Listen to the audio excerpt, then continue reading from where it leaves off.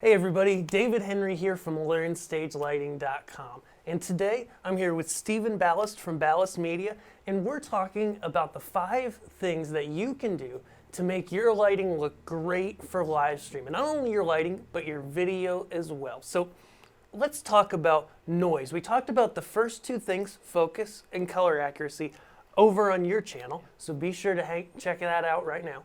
And now, let's talk about noise. So noise is a result of your camera not having enough light. When it doesn't have enough light, you've got to use the gain, and when you turn up gain to get the proper exposure, that brings noise into your image.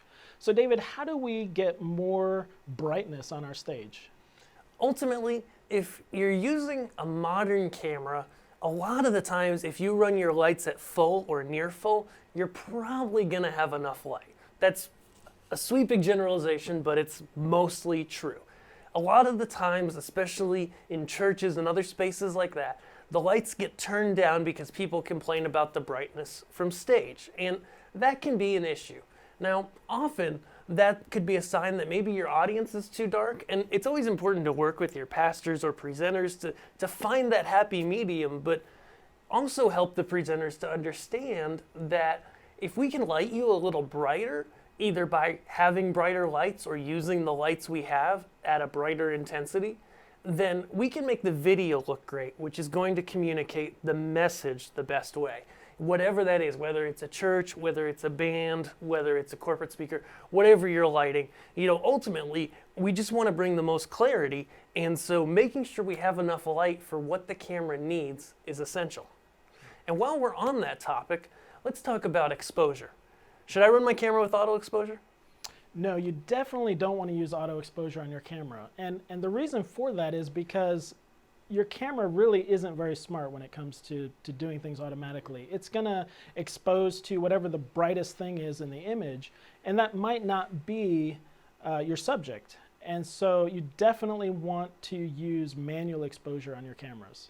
Right. When we're working with stage lighting and we want to make an interesting look on stage, we've already talked about color accuracy in the last video over on Ballast Media, and getting that front wash at an even level across your stage is really key, because when you have that level consistent, then you can vary the backlight, the side lighting, the lighting on the set. You can change that throughout the video, and as long as your front light stays consistent and your exposure stays manual, those 2 will always match, and your subject, as long as they're being lit by the front light, will always look great. So then you can have the artistic freedom to do a lot more with the rest of your stage.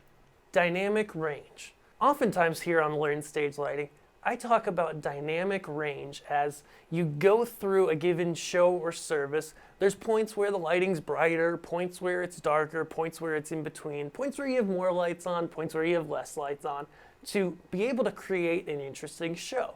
And when you're working with video, you can change the amount of light that's on the stage, but you need to also consider the camera and how things look there.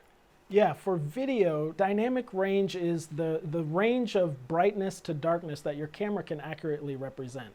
And if your lighting is outside of that, then you're either going to be overexposed or underexposed, and things just turn black. And so that's not going to look good on your video. So we want to try and keep things within the range that your camera can represent. So how would we go about doing that, David? Keeping our lighting within the dynamic range of our camera. Awesome. So one of the things you can do is, if you have access to a light meter like this, you can measure the amount of light you have, but you don't need one of these. And, one of the best tricks I know is just, if you can get in front of your lighting console, talk to your video guy, buy them some coffee, send them some chocolate, and get a monitor. Because when you can see what the camera's seeing, you can adjust the lighting to work with it. Like we've talked about already, you want to keep that wash consistent, so that's not going to change. But then, as you're manipulating backlight and colors, especially when we're working with LEDs, different colors are going to have different brightness levels. And if you have that video monitor in front of you, you can easily look at what's on the monitor, see if something's blowing out or if something's just disappearing into darkness, and then you can add a little something to it. Maybe if something's disappearing into darkness, maybe it's someone in the background like the band, and maybe you just give them a little backlight so they glow a little bit. You know, maybe if something's too bright, then yeah, you're gonna need to bring that intensity down a little bit so that both the experience in the room and the experience on video can look great at the same time.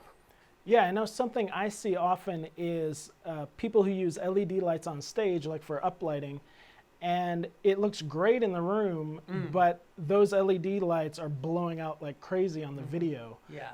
And so sometimes for video, the dynamic range of the lighting, we've got to have a little less contrast in our lighting on stage so that the video is going to look good. Yeah, and we could go deep into the weeds on LEDs and making them look good on video because there's so much science and stuff behind that, but you don't need to understand all that to make your video look a lot better. But if you are seeing what he talked about, you've got some LEDs uplighting a backdrop, you know, pretty much everybody does these days because you can get into it pretty inexpensively. You know, go ahead, try turning it down, but if that doesn't work, especially if you're in a really saturated blue or red or purple, you know, just take that color and make it a little less saturated, a little more white to it, and oftentimes that'll clear that right up for you. Another useful tool when you're adjusting your dynamic range is to use a monitor that maybe has false colors or a waveform monitor built in, because that's a way that you can really accurately tell where your video's at as far as its exposure, whether it's overexposed or underexposed.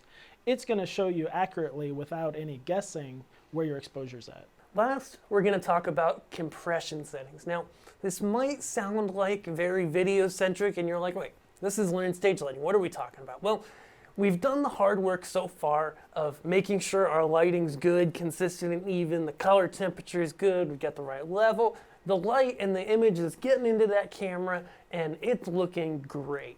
Now, if we go here and set the wrong compression settings, we can kind of destroy the good work we've done and ruin our live stream or recording pretty quick. Yeah, one of the important things to understand is that your video, when you're live streaming, is going to go through an encoder that compresses it.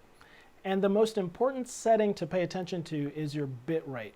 The bit rate is the amount of data per second that your encoder is going to use to send that video out. This didn't make the most sense to me at first, but actually you can send out a high definition video stream, you know, at a lot of pixels, say 1080p. You can send out that resolution, but if you don't give it enough bit rate, then it's not going to look very good.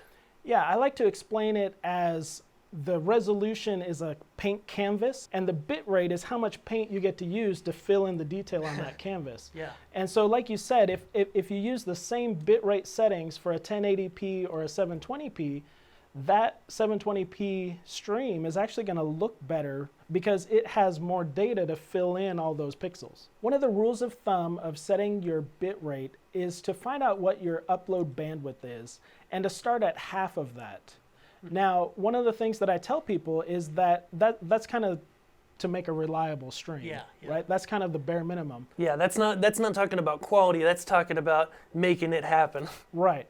And so the next thing you can do is to slowly start to bump that up and kind of find out what your internet connection can actually handle. And so add, you know, if you're starting at 2.5 megabits, let's say you had a 5 megabit upload bandwidth, well, bump it up to 3 megabits and see if that's still going to be reliable, because that 500 K there that you're adding could add a lot of detail to your stream. Thank you so much for watching today. I hope you've learned a lot, not only from this video, but also the other half of it that's over on the Ballast Media YouTube page. So I've got two things that I really need you to do. One, if you're new here to Learn Stage Lighting, be sure to subscribe and click that little bell so that you know when we've got the latest video out. Then go over to Ballast Media and also subscribe and click the bell, and so that we can grow both of these channels and help teach people about lighting, about video, so that everybody can have better productions.